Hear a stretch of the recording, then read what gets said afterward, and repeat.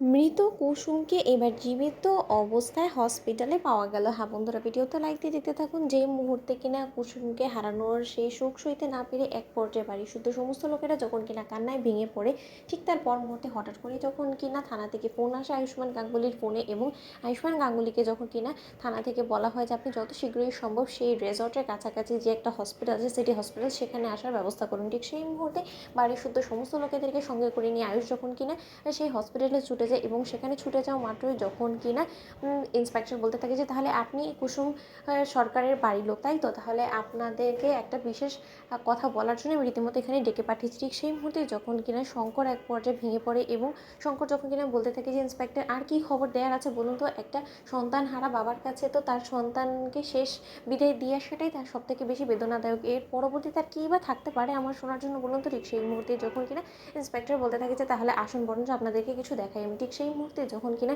কুসুমকে জীবিত অবস্থায় আহত অবস্থায় দেখতে পায় আয়ুষ থেকে শুরু করে গোটা গাঙ্গুলি পরিবার, ঠিক সেই মুহূর্তে গোটা গাঙ্গুলি পরিবার চক্ষু চরকাচ হয়ে যায়, এবং সমস্ত লোকেরা ঝাঁপিয়ে পড়ে কুসুমের উপরে, এবং কুসুমকে জড়িয়ে ধরে যখন কিনা শঙ্কর কাঁদতে থাকে এবং বলতে থাকে যে মারে তুই বেঁচে আছিস, এটা কী করে সম্ভব, আমরা তো তোর লাশে রীতিমতো শ্মশান ঘাটে নিয়ে শেষকৃত্য সম্পন্ন করে এসেছি, তাহলে সেটা কার লাশ ছিল। ঠিক সেই মুহূর্তে যখন কিনা কুসুম বলতে থাকে যে আমি সেই সম্পর্কে কোনো কিছুই জানি না, আমাকে রীতিমতো সেখানকার আর গ্রামের লোকেরা এখানে আমাকে উদ্ধার করে এনেছে, এবং তার পরবর্তীতে যা কিছু হয়েছে আমার সঙ্গে সেই সমস্ত কিছু ইন্সপেক্টর জানে, কিন্তু আমার যে অবস্থা দেবলীনা ম্যাডাম এবং মেঘা ম্যাডাম করেছে এর জন্য আমি তাদেরকে কোনোভাবেই ছাড়বো না। ঠিক সেই মুহূর্তে যখন এনে আয়ুষ বলতে থাকে যে তোমার জবানবন্দি নিয়ে এবার দেখো তাহলে আমি কী অবস্থা করি। ঠিক সেই মুহূর্তে কুসুম যখন বলতে থাকে যে না দেবীমা, আমি শুধু আপনার কাছে এতটুকুই অনুরোধ করবো যে আমি যে জীবিত আছি সেই খবরটা কোনো মতেই কাউকে জানতে দেওয়া যাবে না। আমি রীতিমতো নিজেকে আত্মগোপনে রেখে আমি দেবলীনা ম্যাডাম এবং মেঘা ম্যাডামকে সাহায্য করতে চাই।